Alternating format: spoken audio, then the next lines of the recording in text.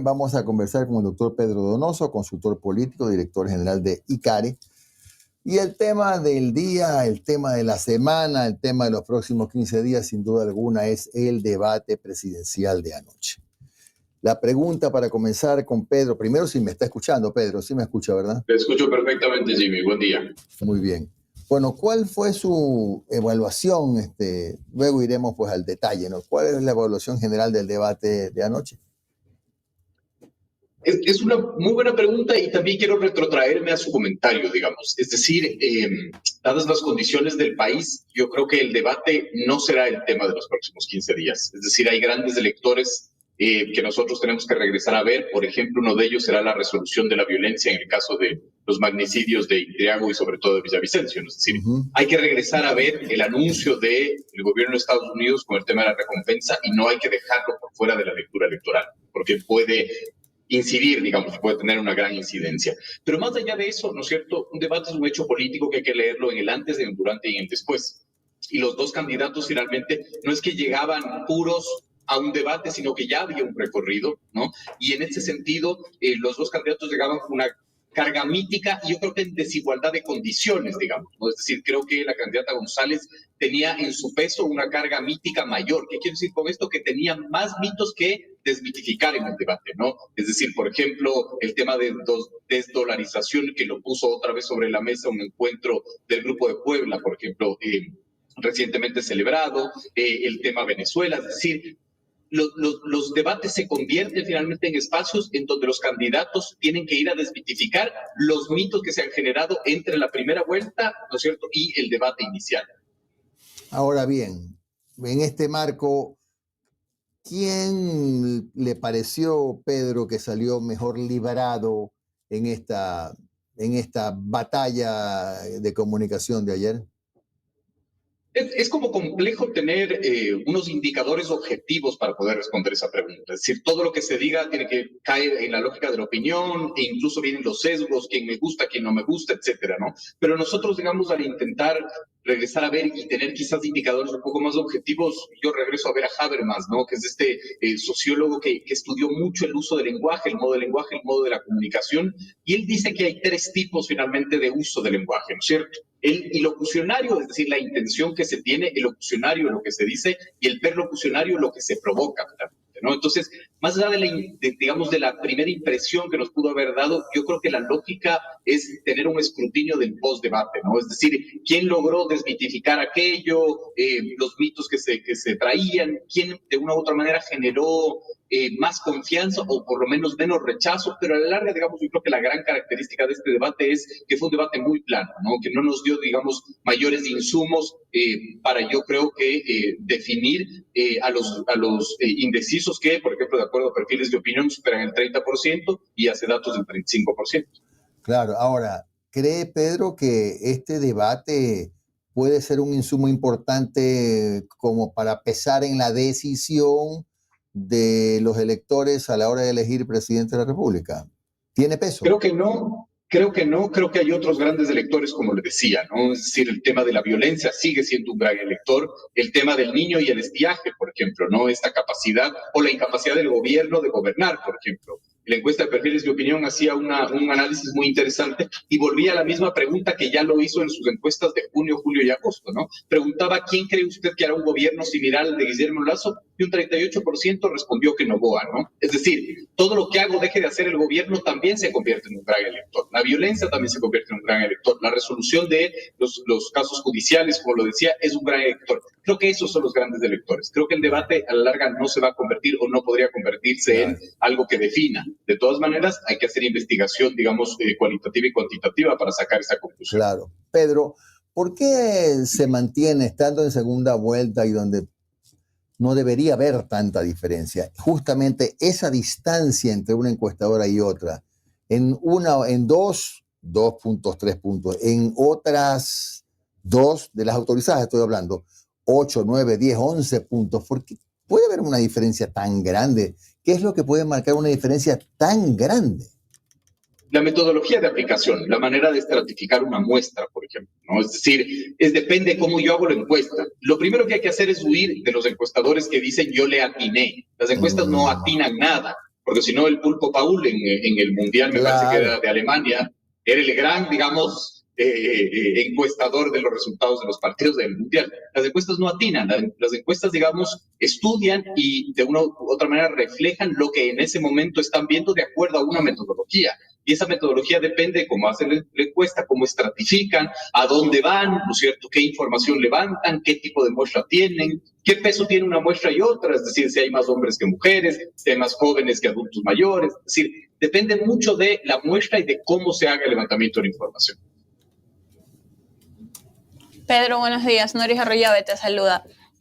En este post-debate, ¿qué es lo que crees que debe de primar en cada una de las campañas de los candidatos? ¿Qué es lo que deberían o mantener o cambiar para poder captar a ese electorado que tal vez ayer no se enganchó con el debate?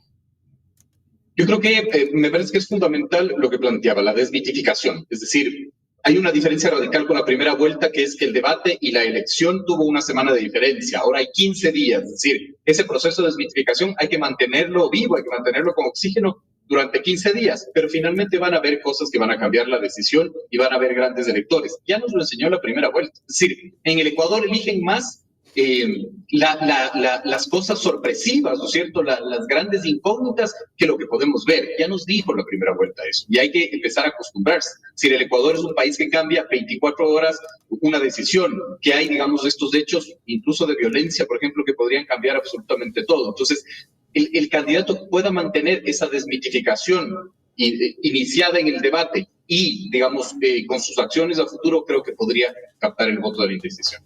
Pedro, y se habla mucho de este gran electorado. Yo le pregunto siempre a los consultores sobre este gran electorado joven, del que ha sido un gran reto captarlos y también se habla un poco de lo voluble que es ese voto. ¿Qué crees que en estos 15 días deben hacer los candidatos, cada uno con sus campañas, para abordar a este electorado y captarlo?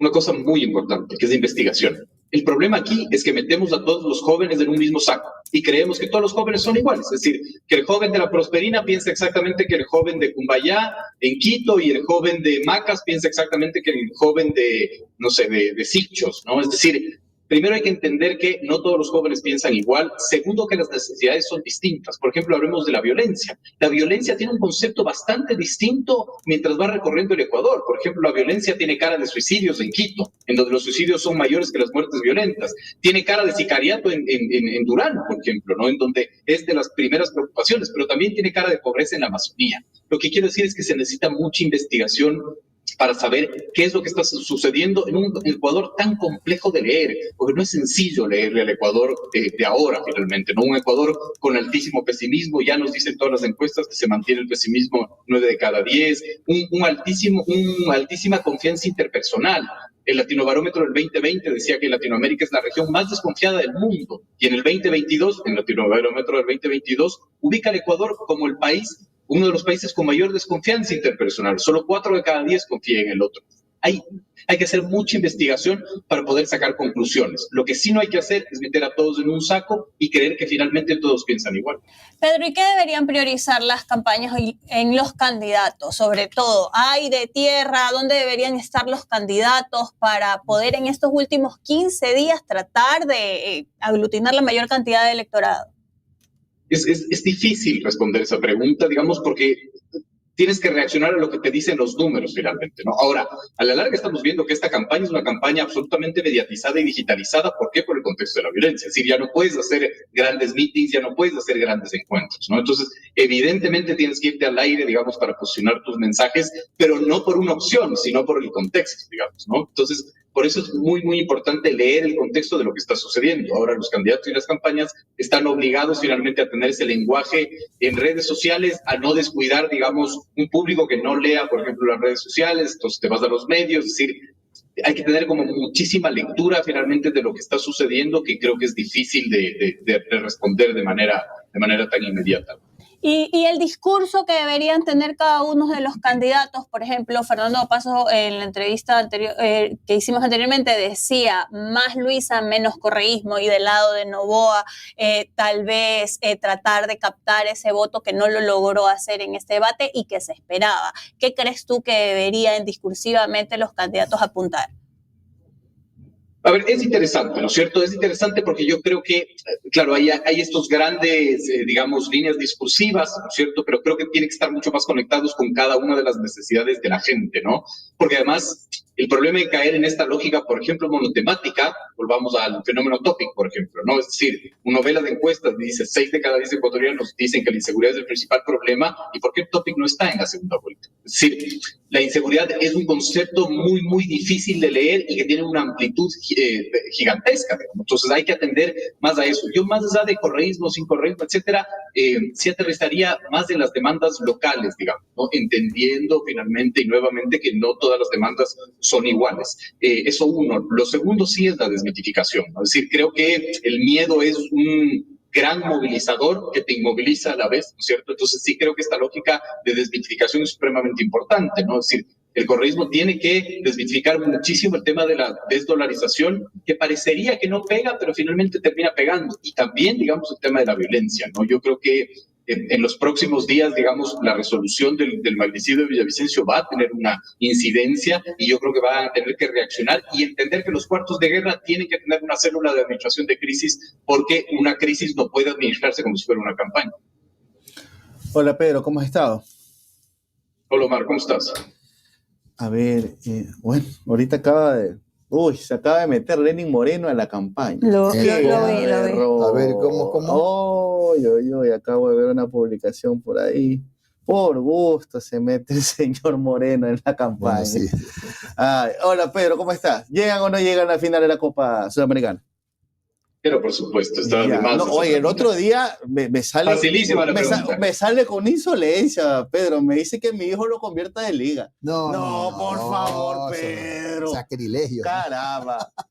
Pero si ya le vas a hacer sufrir al Guagua, hazte sufrir con un campeón de América. Pues.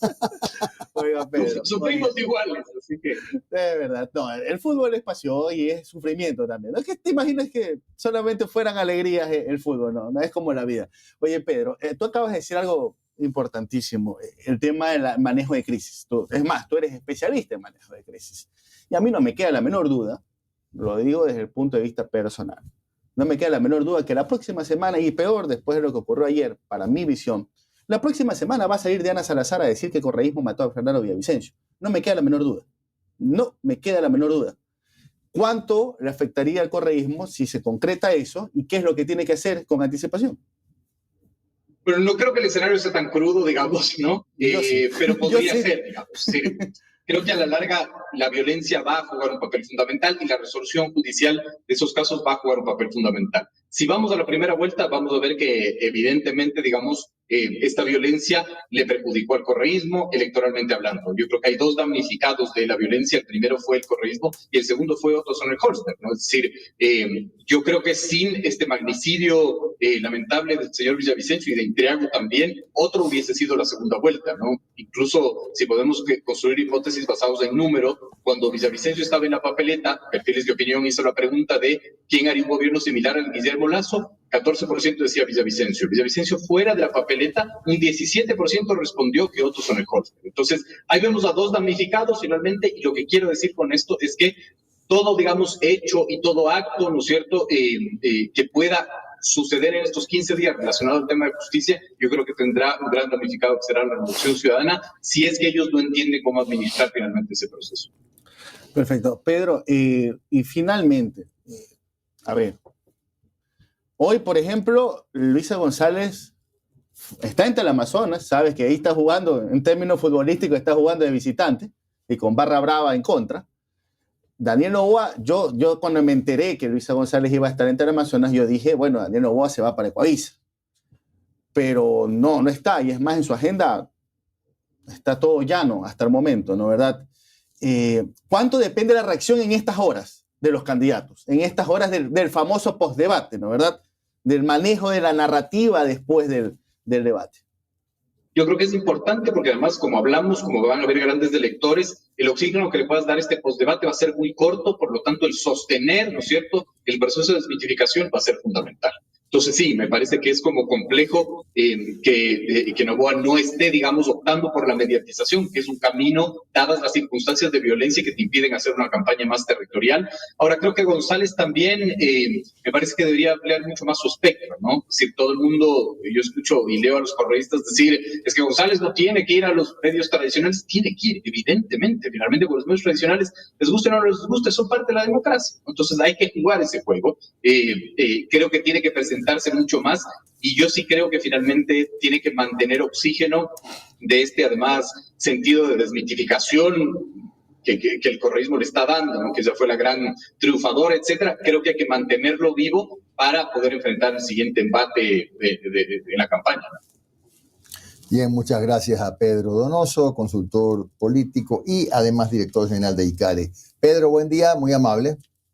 Un saludo, buena semana. Bueno, sí.